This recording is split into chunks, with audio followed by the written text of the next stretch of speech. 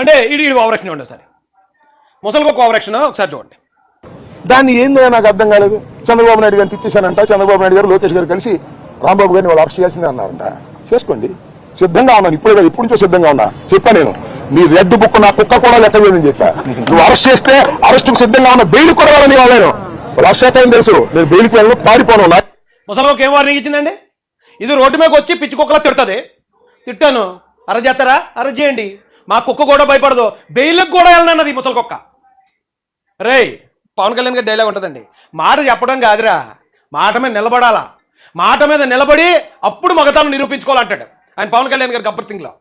రే ముసలికొక్క, మాట చెప్పడం కాదంటే ఏమనుకున్నాడు అంటే, నేను తిట్టాను, ఏదో కేసు పెడతారు, నేను కోర్టులో వెళ్ళిపోవచ్చు, లేకపోతే నేను అరెస్ట్ అయిపోవచ్చు అనుకున్నారు. ప్రజల నుంచి ఇంత తీవ్ర ఆగ్రహం వస్తుందని ముసలికొక్క అస్సలు ఎక్స్పెక్ట్ చేయలేదు. ఎక్స్పెక్ట్ చేయక ఈ ముసలికొక్క ఎలా వెళ్ళింది తెలుసండి స్టేషన్కి. నిజం చెప్పాలంటే చంద్రబాబు నాయుడు గారు, లోకేష్ గారు ఈయన అరెస్ట్ చేయించలేదు. ఆఫ్టర్ ఆల్ ముసలికొక్క ఇది ఈయన్ని కాపాడారు. ఆ పోలీసులను పంపించి ఒక 10 నిమిషాలు కనుక పోలీసులు లేట్ అయి ఉంటే అక్కడికి వెళ్ళిన ఆడవాళ్ళు ఒక ఆవిడ జస్ట్ ఇలా కచ్చ వేసుకుని పేగమే కాలెత్తే ముసలికొక్క మటాష్, ముసలికొక్క అలాగా గాల్లో కలిసిపోతుంది. రేపొద్దున దండేద్దు. ఆ జనాగ్రహం నుంచి, ఆ మహిళల ఆగ్రహం నుంచి చంద్రబాబు నాయుడు గారు వీడికి ప్రాణభిక్ష పెట్టారు పోలీసులను పంపించి. చంద్రబాబు నాయుడు గారు ఈయన అరెస్ట్ చేయించడం ద్వారా వీడికి ప్రాణభిక్ష. తొక్కి పాడేద్దురు, లేతే తొక్కి పాడేద్దురు అంతే, కాళ్ళతో తొక్కితే పోతుడు.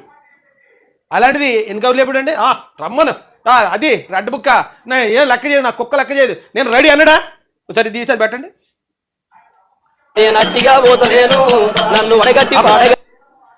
ఎరా అమ్మటి కుక్క, అంత కబుర్లు చెప్పావు కదరా, పోలీసులు వద్దు నాకు, వెళ్ళిపోండి పోలీసులు అక్కడి నుంచి, నేను తేల్చుకుంటాను అందులో పోయివరా.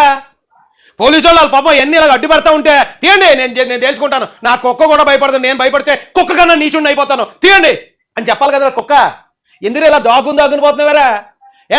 బయట ఉన్న జనాన్ని చూసి పోలీసులు ప్లీజ్ ఇంకా ఇలా గడ్డి పెట్టండి, ఇలా గడ్డి పెట్టండి, రే ప్లీజ్ రా నన్ను కాపాడినారా. ముసల కుక్క మాట చెప్పటం, తొడగొట్టడం గొప్ప విషయం కాదురా, నిలబడాలి, నిలబడి దాని మీద చూపించాలి, అది మగొడతాను. ఇదేం మగొడతాను? ఇదే పోలీసులు వస్తున్నప్పుడు వెళ్ళిపోమని చెప్పలేపోయావా?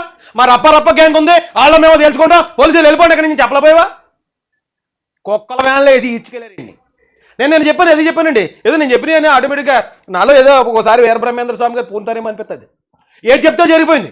ఇన్ని కుక్కలా తీసుకెళ్ళాలి, కుక్కల వ్యాన్లో వేయాలి, కుక్కలా ట్రీట్ చేయాలని చెప్పాం. అదే జరిగింది. ఆ కుక్కల వ్యాన్లాగా ఉంది. అది తీసుకెళ్ళి దానిలో పారేశారు. ఇదేమన్నాడు, ఇంకో మాట ఏమన్నాడండి, బెయిల్కి కూడా అప్లై చేయను. సరే పెట్టండి, సాక్షి క్లిప్ పెట్టండి.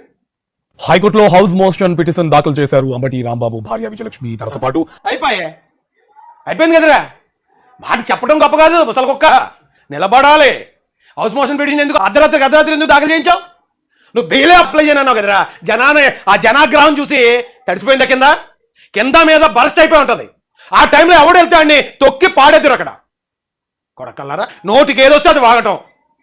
ఏముందిలే, చట్టంలో బలమైన చట్టాలు లేవు కదా, కోర్టులో ఏదో తొలి చెప్పేసి బయటకు వచ్చేద్దాం, లేదా చిన్న తిట్టే కాబట్టి దానికి పెద్ద శిక్షలు లేవు కదా, కాబట్టి వెళ్ళిపోయి సీఎం గారిని తిట్టేద్దాం, వాళ్ళ తల్లిని తిట్టేద్దాం, పబ్లిక్గా పెద్ద పోటుగాళ్ళు అనిపించుకుందాం అంటే జనాలు తొక్కేస్తారు, తొక్కి పెట్టి నారదేస్తారు.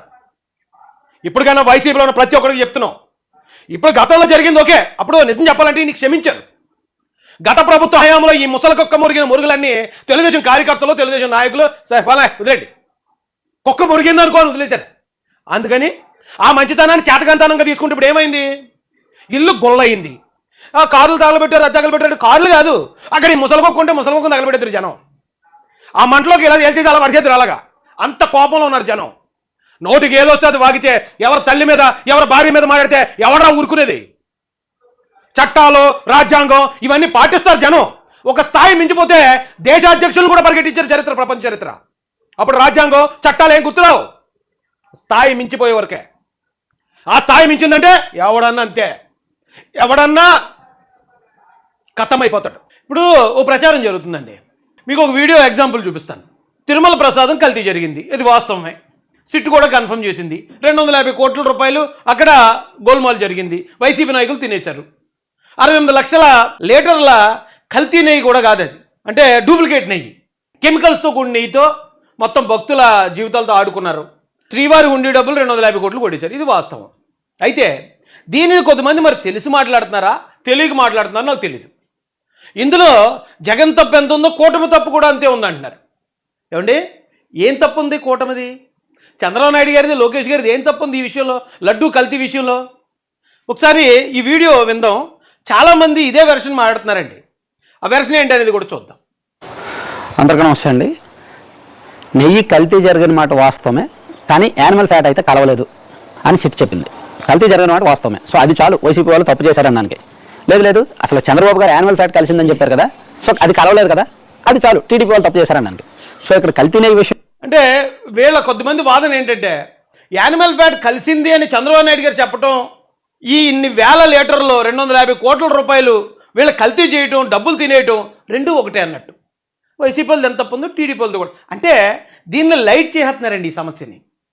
వాళ్ళు తెలియచేస్తున్నారా తెలియజేస్తున్నారా నాకు తెలియదు, కానీ అయితే ఈ వర్షన్ అయితే ప్రజల్లోకి కొన్ని వాస్తవాలు తెలియజేయాలి. విషయంలో దోషులు కూటమి వాళ్ళు దోషులుగా నిలబడ్డారు అండ్ వైసీపీ వాళ్ళు దోషులుగా నిలబడ్డారు. ఇప్పుడు అదే అర్థం కావట్లే నాకు. 250 కోట్లు తినేసిన వైసీపీ కూడా దోషేనట, దాంట్లో కల్తీ జరిగింది, యాన్యువల్ ఫ్యాట్ కనిపిస్తుంది అని చెప్పిన ఆ ఒక్క మాట చెప్పినందుకు కూటమి కూడా దోషేనట. అసలు ఇదేమి లెక్కండి? ఎవరి తప్పు వాళ్ళు కప్పిపుచ్చుకోవడానికి, ఎవరి తప్పు వాళ్ళని చిన్నదిగా చూపించడానికి, ఎదుటి వాళ్ళ తప్పు పెద్దదిగా చూపించడానికి పడరాని పాటలు పడుతున్నారు. సో ఇందులో నిర్మోహమాటంగా చెప్పాలంటే నెయ్యి కల్తీ జరిగింది, సో తిరుమల శ్రీవారి నెయ్యి విషయంలో వీళ్ళు పాపం చేశారు, కల్తీ చేశారు, 200 కోట్లకు పైగా కుంభకోణానికి పాల్పడ్డారు అనే విషయం చంద్రబాబు గారు చెప్పేసి వదిలేస్తే, దాని మీద ఈ సిబిఐ సిట్ ఎంక్వైరీ జరిగి ఈ రిపోర్ట్ వస్తే వైసీపీ వాళ్ళు 100% దీనిలో దొంగల్లా దొరికేవాళ్ళు. కానీ ఇక్కడ చంద్రబాబు గారు సీఎం గారి హోదాలో చెప్పిన ఒకే ఒక తప్పు మాట ఏంటంటే యానిమల్ ఫ్యాట్ కలిసింది అనే మాట.